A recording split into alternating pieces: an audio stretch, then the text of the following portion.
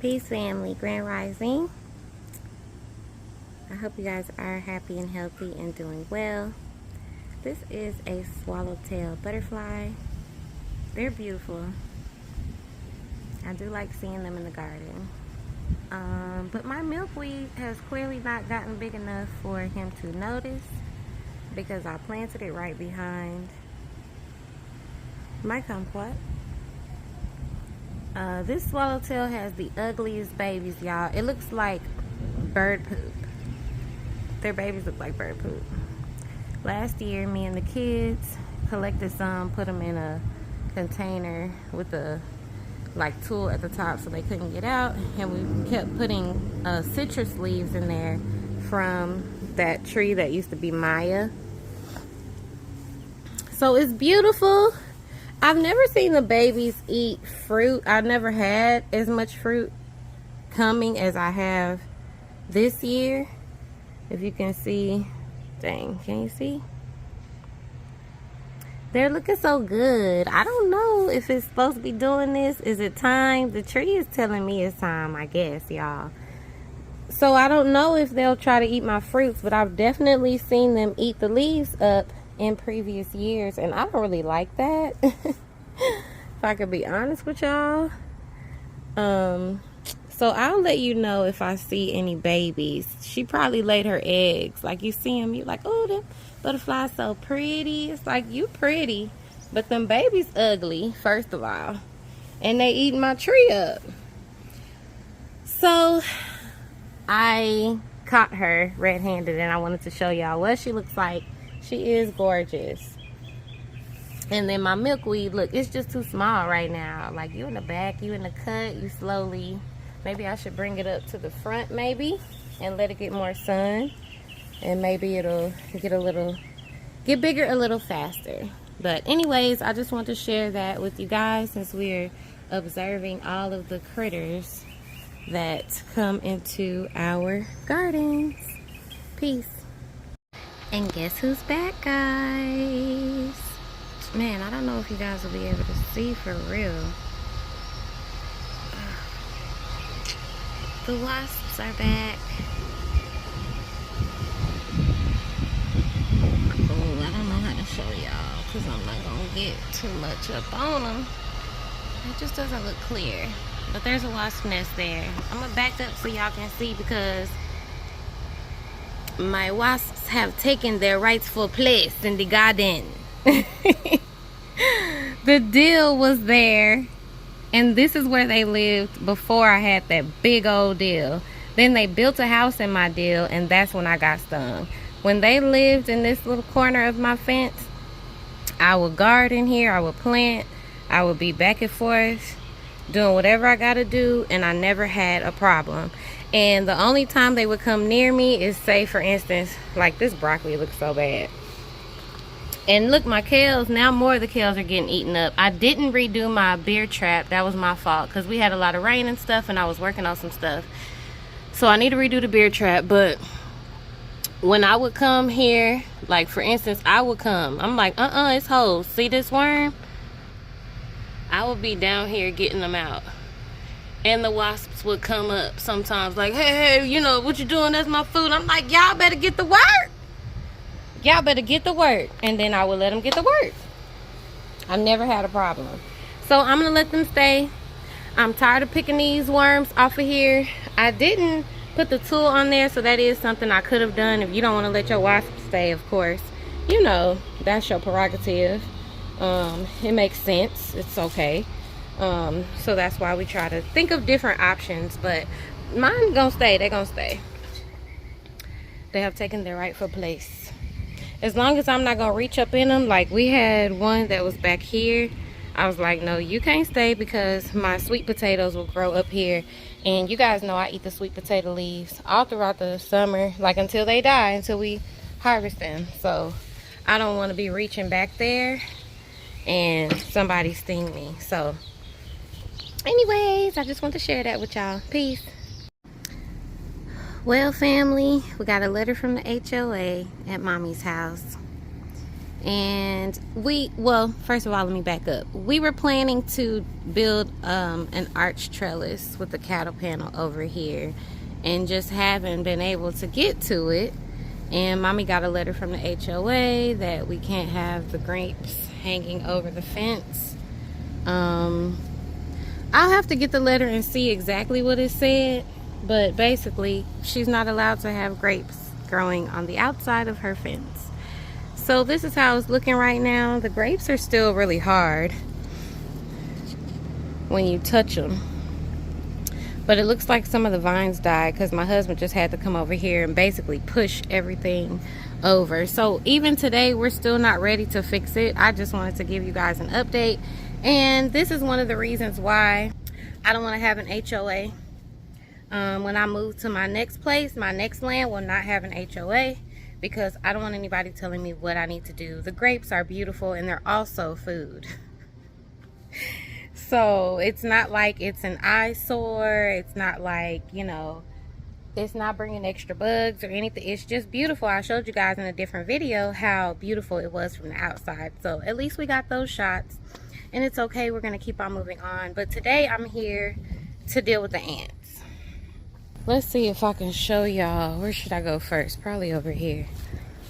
The ants are outrageous in mommy's garden, and I just don't have enough orange oil or desire to deal with them like I deal with them in my garden. So I brought cornmeal. This will be my first time trying cornmeal. I'm gonna sprinkle it all in here. Look at this. And I'm gonna let them eat it. I'm sure that's gonna take a little longer than boiled water and things of that nature. But look, my blue bonnet is dead. I had a blue bonnet right here. It's gone. And now it's just ants. So I just brought this cornmeal. Oh, this says pre-cooked. I don't even know if that's what I want, but hopefully it still works. I wanted cornmeal where they could eat it and it swell up in their bellies. So I'll probably come over like next week or so and let y'all know if there's less ants. And I'm just gonna sprinkle it everywhere. Peace. So it's gonna be slow. I just sprinkled it all over, and I probably sprinkle more than just where I see the ants, but they're supposed to be able to eat it, take it back, and not digest it. So that's a slower something than boiling them. So I don't expect to see anything right now. But what I'm here to do today is cut back a lot of this comfrey, a lot of the comfreys in the area. I'm gonna clean this bed up. Now that my seedlings have popped out, most of them, my flower seedlings, did not pop out, and I suspect that's because of not enough watering, or maybe the seeds were too old. But as you can see, the grass is starting to pop out, and I don't really want that. So what I'm going to do is cut back all the comfrey that's overgrowing. I'm going to throw it in here, and then I'm going to cover this bed with leaves lightly, because I do still have seedlings popping out. These are nasturtiums. I planted those seeds last time. I've got a purple basil right there. Oh, I got a purple basil right here. And so I do want to be mindful of them. And look, this is the tomato that I planted last time, and it looks great. So from now on, though, we don't have a lot of rainy days coming up. It's really getting to summer. I'm going to have to plant established plants in here. I won't be able to get away with the dropping seeds anymore. There's some basil too. I keep pulling these sweet potatoes out. If one pops out in the spot where I don't mind, that's fine. But for now, they in the way a little bit. You can see I still got an okra here and an okra there, but not a lot. So I might replant a few okras. And back there, my pigeon peas did pop out. It's survival of the fittest. And then I have to replant my kabocha squash. So I just wanted to show you guys what's going on. It's ants and cleanup. And then over here, this is probably the best looking green in the garden, and it's got worms on it, so I've got to defend him really quickly. Still have this little purple one there as well, and there's one here, but I don't know if he's gonna make it. I probably have ants in this bed as well.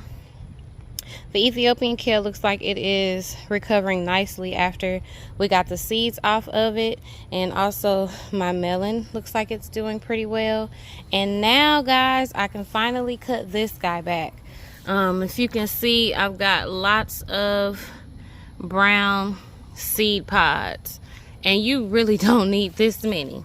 So I was just waiting for them to start drying out. And look at my hibiscus, y'all. He wants to be great, but it's just too much. So I'm gonna cut this thing way back, and hope that it recovers nicely, because mommy's like, I don't have any greens.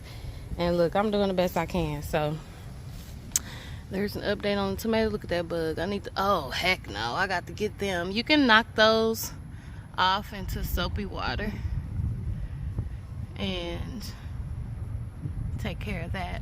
I'm also going to probably put some organza bags around the tomatoes. Ooh, I could have zoomed out, but look, we've got some fruits coming and still that weed growing through there, so I haven't been able to take care of that. But yeah, let me get to work. These greens over here still look crazy, and I'm trying to slowly but surely work on them. So, and it's also getting hotter. It's probably 94 right now and the sun is not out. So yeah, I'll see y'all soon. Peace. And probably the biggest reason that I need to cover things up is this nasty stuff here. If you've been watching me for a while, you know we've always had cat poop problems in mommy's garden. And if not, I'm showing you now. So I'm scooping it out and putting it in this trash bag and putting them in the trash. But the least, like when stuff is not planted, these cats really literally think this they litter box. And what you do is you look for like little piles kind of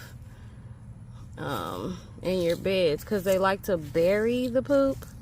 This might not actually be one, or that's the poop right there. Yes, it is. See? Poop. So they normally will bury it, so you'll see like it'll look like a pile of dirt in the middle of all your dirt. So y'all gotta be okay, family. It's hot, and I think I'm clocking out for today. Ooh, the bed looks so beautiful. It looks really uniform, and y'all know I'm kind of anal in the garden, so I love it once I get everything covered with the leaves. So there's comfrey up in there that's going to break down and feed. Our cucumbers are starting to climb on their cucumber house. We've got some seedlings popping out. I think everything looks great. I did pull out 2 okra. I normally wouldn't do this in the daytime in the heat of the day, but the heat is kind of in and out. So this is a red okra, and I moved him and I watered him. He's going to look like that for the rest of the day. He might not make it, but he might. And I did that to another one here. So if either one of those make it, 1 out of 2, I'll be happy, because what I did is I planted 2 in each of these spots, and now I'm kind of slowly moving them because I only really want 1 okra per square foot there. We got all of our seeds out. These ones are still green, so I'm not going to bother with them. I'm just going to throw them in the compost, because each little pod has like so many seeds in there, and we got a whole bunch of dry ones. So these are the ones still on the vine, and then my husband is taking these other ones off, and we'll just let them dry all the way, and we will have so many collard green seeds. This bed also got more comfrey, more leaves, and cut way back. Now we can see what the bed looks like. Now I can go back to my gardening journal and do some planning for planting up in here. You can see my hibiscus is a little leaned over because the greens were all over it on every side, so it's gonna have to learn to have a strong stem a little bit, but I think it's okay. It'll be fine. It's in the okra family. They are strong. I did tie this Ethiopian kale up, and If you watched the last video, the Ethiopian kale looks better now. It was looking all eaten up and it was covered just with seeds and bugs eating up leaves, and now it looks like it's starting to get some new growth of leaves back and even some flowers. So I'm just kind of trying to keep it alive until it's season again. And the ice cream melon still looks great. It just needed to be guided up onto the trellis. So little by little, we are getting it done in Mommy's garden. Oh, I'll show you guys over here too. The pineapple guava got some space. The comfrey was kind of like all over it, and I definitely wanted it to have its airflow and stuff. It's already too hot to be having somebody crowding your space. So they look happy and healthy, and I use that as fertilizer. I have cornmeal sprinkled all up in here, and I kept disturbing them and sprinkling it, so I hope they're taking it home to their friends and family and they can all die together. And then this bell pepper that we put here is doing well. Look guys, it's making a bell pepper. I forgot to get this cayenne pepper out last time, so I'm gonna get it out this time and go plant it in my garden next to the other ones. So thank you guys for joining us in Mommy's garden. We'll see you in the next video. Oh, I forgot to tell you one thing. So when I got over here, Mommy was like, oh, my collard green, I have no greens, I have no greens. And I'm trying to work on it. Y'all know I've been clipping them back and different stuff like that. But also, I was like, Mommy, girl, eat that longevity spinach. So I bring that up to say diversity in your garden is super duper important. If I can be honest with you guys, in the South right now it's getting hot, and that's really not Nebraska's best time. So that's why they're struggling. That's why they're making seeds. That's why the bugs are eating them. But I saw some plantains at the African store the other day, and I was like, ooh, let me see, plantains and greens. I don't have a lot of collard greens. I don't have a lot of kale right now, but I do have longevity spinach in Mommy's garden, and I have Okinawa spinach in my garden. So keep planting different things. That way, if something is struggling, you still always have food in your garden. So you're gonna need diversity in the things that you're planting, and you need diversity in the way that you're dealing with the pests. Like you can see for ants, I do boiling water. I'm now just trying the cornmeal. I'll let you guys know how that works. I also use soapy orange oil water. Whatever works, guys. That's what you gotta do. So diversity is the key word for this video. Peace.